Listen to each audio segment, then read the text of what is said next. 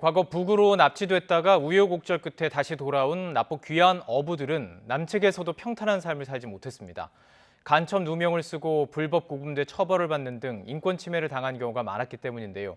이기 진실화해위원회가 출범 후 첫 직권조사 대상으로 납북 어부 인권 침해 사건을 결정했습니다. 김철희 기자가 보도합니다. 지난 1965년 한박도 부근에서 조개를 잡던 어민 112명이 북으로 끌려갔습니다. 이 가운데 104명은 23일이 지나서야 판문점을 거쳐 국내로 돌아올 수 있었습니다. 꿈에도 그리던 조국 대한의 품 안으로 돌아왔습니다. 돌아온 이들 기억 속 북한은 돌아가기 싫은 곳입니다. 어제 사람이 하얀 사람이 없어요. 다 마르고. 한국 전쟁 이후 군사정권 시절까지 어민 납북은 흔한 일이었습니다. 당시 통계를 보면 1954년부터 1987년 4월 사이 모두 459척의 어선과 어민 3,600명이 북으로 끌려갔을 정도입니다. 하지만 북으로 갔던 어부들은 우여곡절 끝에 남으로 돌아와서도 정상적인 삶을 살지 못했습니다. 군이나 중앙정보부, 경찰 등이 간첩 혐의를 씌우며 불법 신문과 고문을 일삼았기 때문입니다.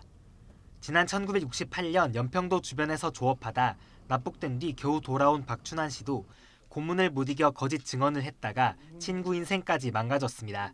고문에 못 이겨서 그 책을 나를 줬다고 했대요. 그래가지고 책이 내가 두 권 있다고 가지고 내가 자진해서.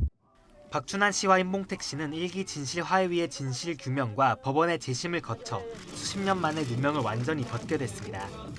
2기 진실화해위원회는 이 같은 납북 기완어부 인권 침해 사건을 더 자세히 조사하기로 했습니다.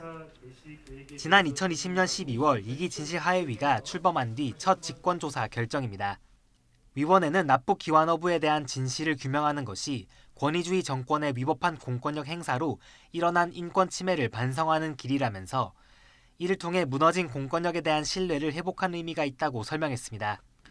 우선 위원회는 1965년부터 1972년 사이 일어난 사건 가운데 진실 규명을 신청한 경우부터 조사를 시작합니다.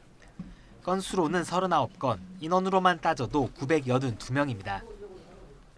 이후 신청 절차를 모르거나 추가 피해를 우려해 신청을 꺼렸던 이들에 대해서도 진실 규명을 이어나갈 예정입니다. YTN 김철입니다.